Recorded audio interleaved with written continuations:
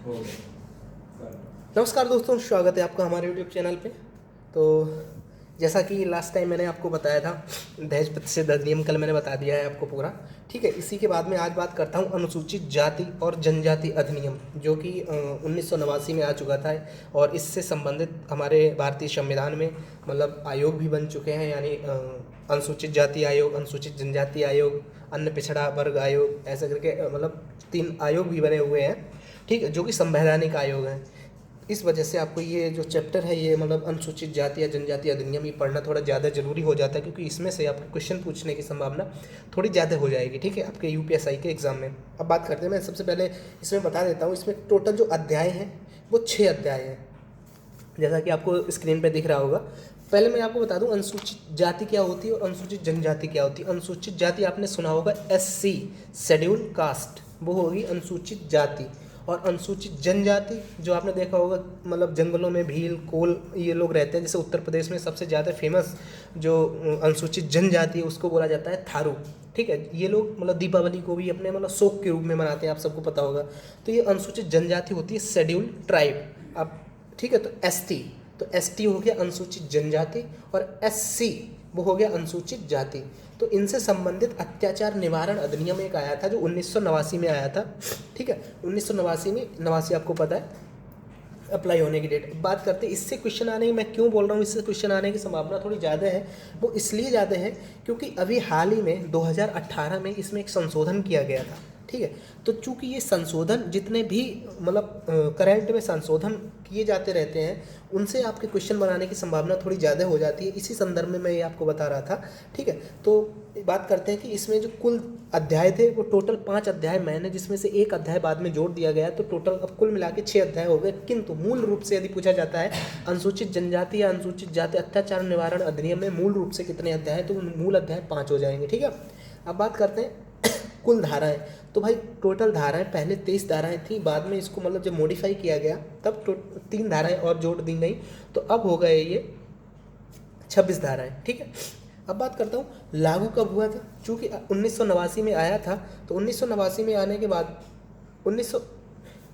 चूँकि ये 1989 में आया था, तो 1989 में आने के बाद में ये लागू हुआ था 30 जनवरी 1990 को, ठीक है। लागू होने की डेट आप ध्यान रखेंगे। अब बात करते हैं संशोधन, तो ध्यान रखिएगा इसमें टोटल 2 बार संशोधन हो चुका है। एक बार 2015 में संशोधन हुआ और एक बार 2018 में संशोधन हुआ। तो इसमें से ही आपका अगर क्वेश्चन बना तो इसमें से बन सकता है 90%, 95% संभावना है इन 2 टॉपिक्स में से क्वेश्चन बनेगा। कि 2015 में जो धारा जोड़ी गई थी वो धारा थी धारा 14A। इसके बाद में जो धारा 14 है वो लागू की गई थी 2016 में, ठीक है। उसी के साथ में जो 2018 में संशोधन हुआ उसमें धारा जोड़ेगी धारा 18A। अब बात करते हैं, चूँकि 2018 में संशोधन हुआ, 18A जोड़ी गई, तो इससे आने की संभावना पूर्ण रूप से इसी के आने की संभावना है। तो बात करते हैं जो प्रमुख धारा है वो धारा आपकी हो जाएगी 18A, ठीक है। ये क्यों जोड़ी गई बताते हैं। जैसे कि SC ST एक्ट, यदि चूँकि पहले ऐसा था कि यदि किसी भी व्यक्ति पर SC या ST मतलब जो एक्ट होता है वो लग जाता है। ये क्यों लगता है, क्योंकि आपको पता है यदि किसी वर्ग विशेष को आपने उसकी जाति से संबंधित मतलब जाति सूचक शब्दों का प्रयोग करके या किसी भी मतलब उस तरह से प्रयोग करके उसको किया, तो वो व्यक्ति आपके ऊपर SC ST एक्ट लगवा सकता है। तो उसी संदर्भ में इसमें क्या होता था कि सीआरपीसी की जो धारा 438 है उसमें प्रावधान है अग्रिम जमानत का, कि आपको यदि आपको पता है आपके ऊपर कोई केस लगने वाला है तो आप कोर्ट के थ्रू मतलब अग्रिम जमानत ले सकते हैं। लेकिन इसमें जो 18A जोड़ी गई, 18A में साफ साफ लिख दिया गया यदि किसी भी व्यक्ति पर SC ST एक्ट लागू होता है तो उसे अग्रिम जमानत नहीं मिलेगी। तो ध्यान रखिएगा 18A क्या बोल रहा है, अग्रिम जमानत नहीं मिलेगी SC ST एक्ट पे, ठीक है। और ये जो केस था अग्रिम मतलब जिसके थ्रू 18A जोड़ी गई, ये था सुभाष काशीनाथ महाजन बनाम स्टेट ऑफ महाराष्ट्र, ठीक है। तो इतना ये थोड़ा आपको ध्यान रखना है। सीआरपीसी की धारा 438 में है अग्रिम जमानत की परिभाषा या प्रावधान दिया गया है। और धारा 18A जो अत्याचार निवारण SC ST अत्याचार निवारण अधिनियम की जो 18A धारा है, वो जो धारा 2018 में संशोधन किया गया इसमें एक्ट में तब जोड़ी गई, और उसमें धारा 18A में बोला गया है कि SC ST एक्ट के संदर्भ में अग्रिम जमानत नहीं दी जाएगी, ठीक है।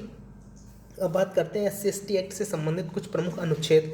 तो जैसा कि आप सबको पता है धारा 366 में एससी का भी मतलब एक तरह से एससी जो शेड्यूल कास्ट है उनकी परिभाषा दी गई है, उसी धारा 366 में ही एसटी की भी परिभाषा दी गई है। ठीक है, अब बात करते हैं राष्ट्रपति यदि किसी भी मतलब जाति को यदि चाहे तो एससी में डाल सकता है, किसी भी जाति को यदि राष्ट्रपति चाहे तो वो एससी में डाल सकता है। तो उसकी जो राष्ट्रपति की पावर है वो धारा 341 और 342 में दी गई। तो धारा 341 में एससी और धारा 342 में एसटी, मतलब लाइक कोई भी मतलब कोई भी कास्ट है उसको यदि राष्ट्रपति को लगता है ये बहुत बैकवर्ड होती जा रही तो इसको उठा के एससी कैटेगरी में डाल दें, या एससी कैटेगरी वाली कोई भी कास्ट है यदि वो मतलब पैसे वाली हो गई मतलब समर्थ हो चुकी तो उसको उठा के ओबीसी में या जनरल में डालना तो वो राष्ट्रपति के पास होता है। तो एससी से रिलेटेड जो भी मतलब चेंजमेंट है वो राष्ट्रपति के पास धारा 300 जो अनुच्छेद है अनुच्छेद 341 का फर्स्ट, और जो राष्ट्रपति के पास एसटी से रिलेटेड जो भी है अनुच्छेद 342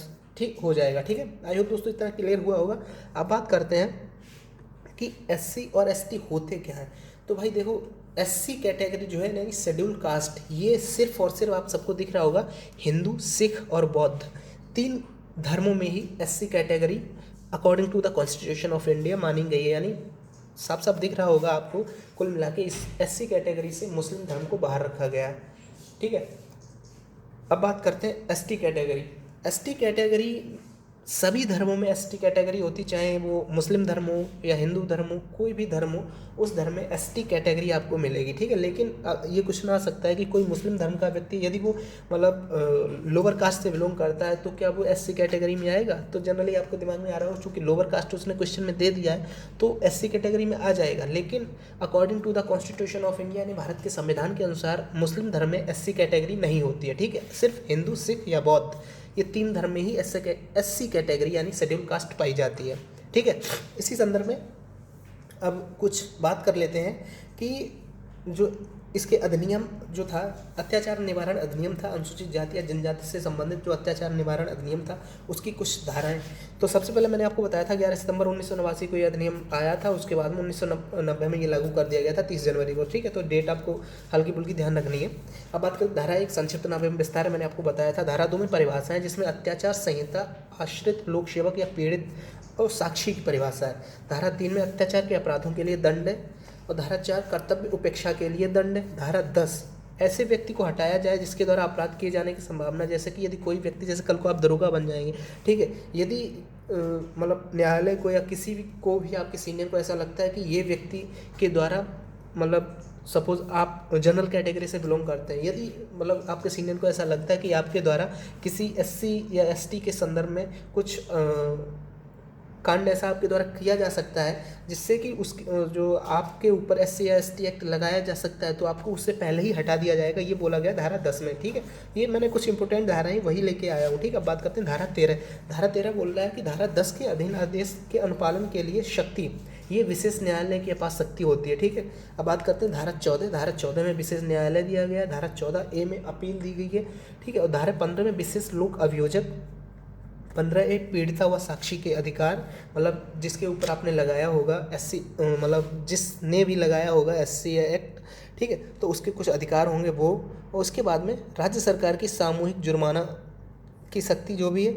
उसके बाद धारा 18 में अधिनियम के अधीन अपराधियों के लिए सीआरपीसी की धारा 438 का लागू ना होना। मैंने बताया था धारा 18 चूँकि पहले जोड़ी जा चुकी है, तो धारा 18A में बोला गया कि एससी एसटी एक्ट पर धारा मतलब जो सीआरपीसी की धारा 438 यानी जिसमें बोला गया कि अग्रिम जमानत वो लागू नहीं होगी। अब बात करते हैं धारा 19, चूँकि आपको केवल धारा 18 पढ़ना बस भाई, कुल मिला के इतना ध्यान रखो। ठीक है, संहिता में धारा 360 के उपबंध और अपराधी परिवीक्षा, ये मैंने सारे लिख दिए थे, हालांकि ये इतना इंपॉर्टेंट नहीं है, बस ध्यान रखिए। धारा 23 में आ जाता है नियम बनाने की शक्ति, जो कि केंद्र सरकार के पास भी होती है और राज्य सरकार के पास भी होती है। ठीक है, अब इसी से संबंधित कुछ अन्य एक्ट थे वो मैं आपके सामने लेके आता हूँ। मतलब एक्ट क्या, कुछ आर्टिकल हैं, जैसे कि आपको दिख रहा होगा आर्टिकल 338, इसमें अनुसूचित जाति आयोग है, और आर्टिकल 338A अनुसूचित जनजाति आयोग है। इसी के साथ आर्टिकल 330 में लोकसभा में आरक्षण है, और आर्टिकल 332 में राज्यसभा में राज्य विधानसभा में आरक्षण है। इसके बाद में आर्टिकल 243 का डी में ग्राम पंचायतों का आरक्षण है, और आर्टिकल 17 में अस्पृश्यता का अंत है। तो इतने ये कुछ इंपॉर्टेंट क्वेश्चन हो जाएंगे आपके, मतलब अनुसूचित जाति या जनजाति से संबंधित। तो चलिए दोस्तों, मिलते हैं अगले वीडियो में। Bye bye.